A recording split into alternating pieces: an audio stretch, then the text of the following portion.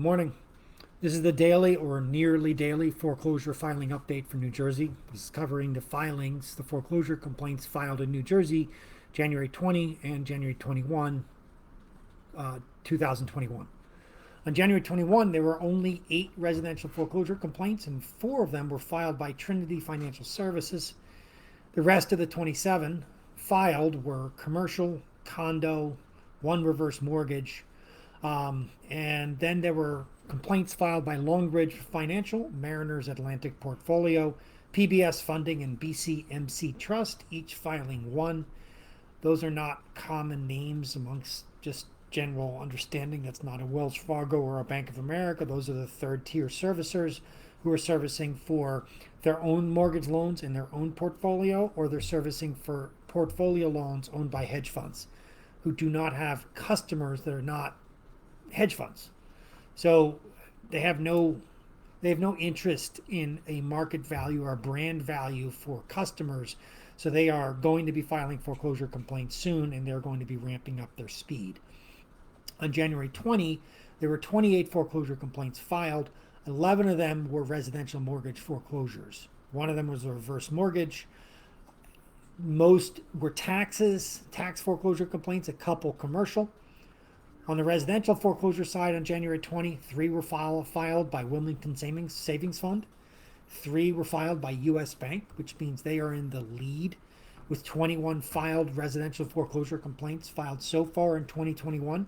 That is way more than anybody else. They have 17% of all foreclosure complaints filed of any type whatsoever. Deutsche Bank filed 2 complaints, and WEB Loan Trust, New Res, and CSMC Trust each filed 1.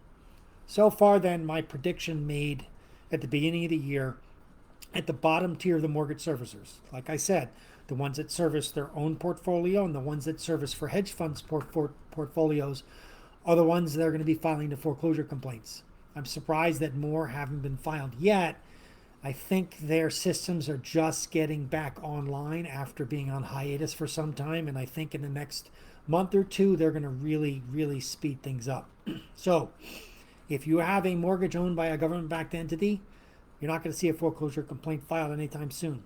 If your loan is owned by one of the big banks, Bank of America, Wells Fargo, for example, their brand value is based on customer understanding as to the corporate culture. In 2009, 2010, Bank of America and Wells Fargo, again, just as examples, took billions of dollars in market value hit, brand value hit, because people got so upset that they were taking such an aggressive foreclosure position, when in fact those banks are responsible for putting people into foreclosure in the first place, that they've really been holding back on the foreclosure filings, and they are matching the government-backed hiatus that the Biden administration is going to extend through the end of March, and maybe, if Congress will agree, they should, through the end of September. So that's the good news. Bad news, as I've said before, and I've said here, if your mortgage is owned by one of the third-tier servicers, you can expect a foreclosure complaint to be filed. Don't give up. Hope. Don't forget to answer. Got to respond to the foreclosure complaint. Okay? It's the most important thing. And you got to get back on your feet before you start to modify. That is crucial.